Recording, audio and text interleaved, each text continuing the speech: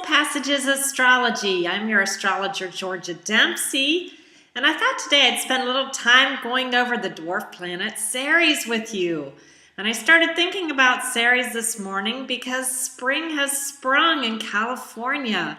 My daffodils are up, I've got roses blooming, the weather is getting really nice, and of course that really started making me think about gardening, and thinking about gardening got me thinking about Ceres. And so often we don't pay the special attention to this dwarf planet in our charts that we should. And she provides such a strong, powerful feminine presence in our chart. So I thought I'd do a little video for you regarding this dwarf planet. And if you want to nurture your roots, get in touch with Ceres. And I say that because, you know, in this hectic age, we have gotten so separated from our roots that we, in essence, have forgotten who we are. You know, very few genes separate us from monkeys. Fossil records indicate that our hands are eerily similar to the fins of ancient fish. If just one of our genes gets mutated, we can actually birth fuzzy, pointed-eared children who bear a fatal disease called cry of the cat.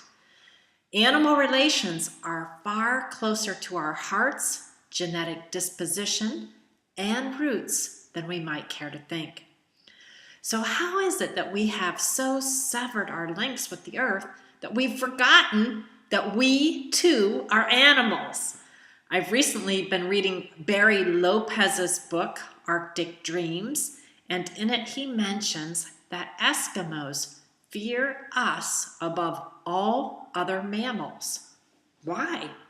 Because we are the people who change nature. Our ingenuity, our inventiveness, technology, all coupled with the fact that we have predominantly cut our ties with the natural world as much as possible, has made us a very dangerous species indeed. Other than our own selves and germs and bacteria and viruses, we have very few predators to thin our herds, and we have an enormous capacity to alter landscapes on a grand scale. So if you've been feeling the separation from the earth and all of your animal relations, I encourage you to get in touch with the message that dwarf planet Ceres has for you in your chart. Like a siren, she calls to you, and she bears messages not only of how we can nurture ourselves, but how we can connect to the loamy roots we hold in tandem with the rest of the animal kingdom. Ceres in Pisces, for example, calls to us like a sea siren. She implores us to take quiet walks on the beach or to swim with dolphins, something I've been lucky enough to do once in my life. You know, listening to the water as it crashes onto the shore, or just mesmerize yourself by floating on the sea waves while sharing sacred space with starfish, sea otters, and whales. In Taurus, Ceres wants you to get your hands dirty, to feel the earthy loam of the soil, to nurture dirt while growing organic food that is full of life and vitality. Compost leaves, haul manure, and encourage wriggling worms to aerate your soil. In the end, your labors will produce the finest food you could ever hope to put on your dinner plate. In Gemini, I think of Ceres as part of the collective and of exchanging information with others in your clan. Bees are masters at this. They have a language all of their own and are able to share information through dance and swirls and dips with other bees in the hive. Connecting through communication lends structure to their lives, providing a support system while enabling them to learn and share vital information. I could continue down this vein, but I think you get the idea. Ceres, no matter what sign it falls into, speaks to us of our past, of our connections to the planet, and how we can compassionately connect with the animal kingdom. If you feel like you need to be nurtured in your life, unravel the mysteries of this dwarf planet for clues on how to draw in what you need to feel secure in your life. Ceres, also known as Demeter to the Greeks, is the Earth Mother symbol in our charts. She rules over grains, crops, and the harvest, which makes sense since she falls under the rulership of Virgo. Historically, Ceres caused quite a stir in the agricultural field when she forced all crops to fail while she brokered a deal to get her abducted daughter back for half of the year. Pluto had whisked Persephone away to his underworld lair, and with a fury that only a mother could feel, Ceres threatened the world with famine until a deal was struck for the return of her daughter. Do not underestimate the power of Ceres in your chart. How many planets do you know of that can stand up to the wrath of Pluto and get him to acquiesce, or at the very least, broker a deal? Not many, right? Ceres packs a powerful feminine punch in your chart, and she means business. In a few charts I've examined, I have noticed that there is a link that bears further investigation. At times, this goddess of grains can result in food allergies, celiac disease, or problems with ingesting or digesting grains. Having not seen enough charts to completely bear this out, I mention it tentatively, but certainly for a few people whose charts I've seen, this has been true. Certainly, she has much to do with food, cooking, and nutrition, all ways that we provide nurturance to those we love. Mothering issues also loom large wherever Ceres is housed, for not only does she have a link with the sign of Virgo, but she's also tied to family-oriented Cancer. As we all know, family issues are not always smooth affairs. As Carl Jung put it, to enter the figure of Ceres means to be pursued, to be robbed, to be raped, to fail to understand, to rage, to grieve, but then to get everything back and be born again. Difficult family problems can leave us shuddering in their wake.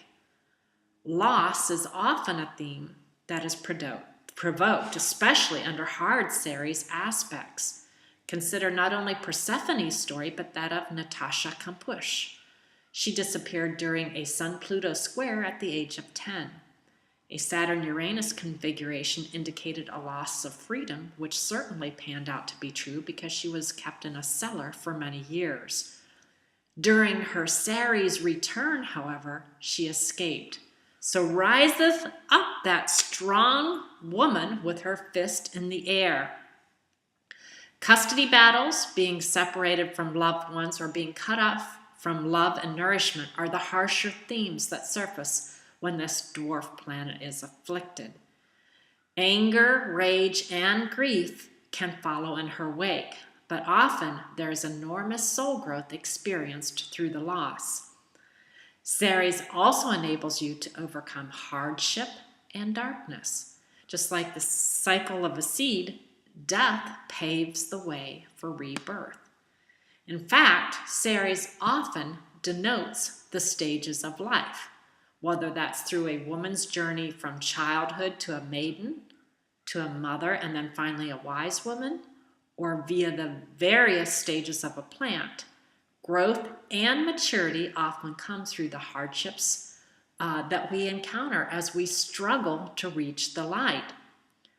Since there is such a mother-daughter connection with this dwarf planet, issues regarding fertility and childbirth can also be ascertained from the passage of this planet through a chart. Since, like most women, Ceres is a multitasker, while she's doing all this gardening, she can also trigger off environmental issues. So, things like the BP oil spill.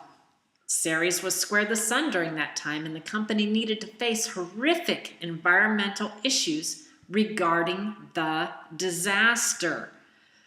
Ceres was also quincunx Pluto, and that dredged up enormous issues regarding underwater mining practices. At the same time, Chiron was conjunct the South Node, and both were squared to Saturn. The result was a sea wounding of enormous proportions. Besides environmental disasters, Ceres also has a lot to do with farming practices. In the last century, we've seen quite a revolution in how we raise food. Some of it good, some of it not so good. The book Silent Spring stirred our thoughts regarding spraying chemicals onto our food, thus not only poisoning ourselves, but our animal relations and our water systems as well.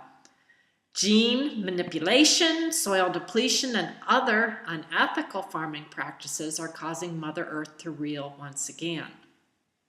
If you want to get fired up about Ceres in your chart, read the book, Welcome to the New Genome Cafe.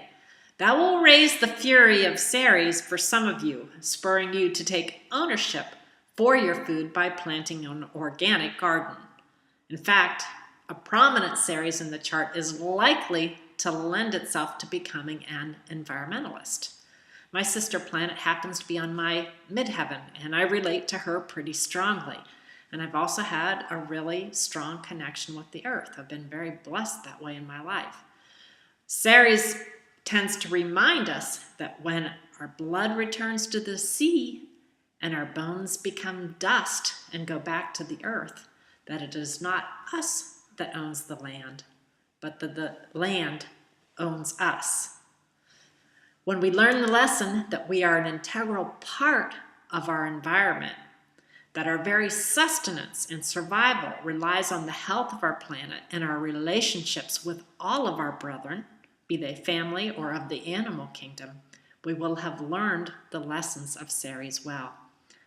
If you would like help unraveling the mysteries of Ceres in your chart, do feel free to give me a call for a reading. I'm going to extend my special for a $50 reading for a good while coming up. And I would love to help you not only figure that out, but other mysteries you may be facing or trying to figure out as well. So give me a call. And in the meantime, I wish you an absolutely glorious spring. Peace and blessings.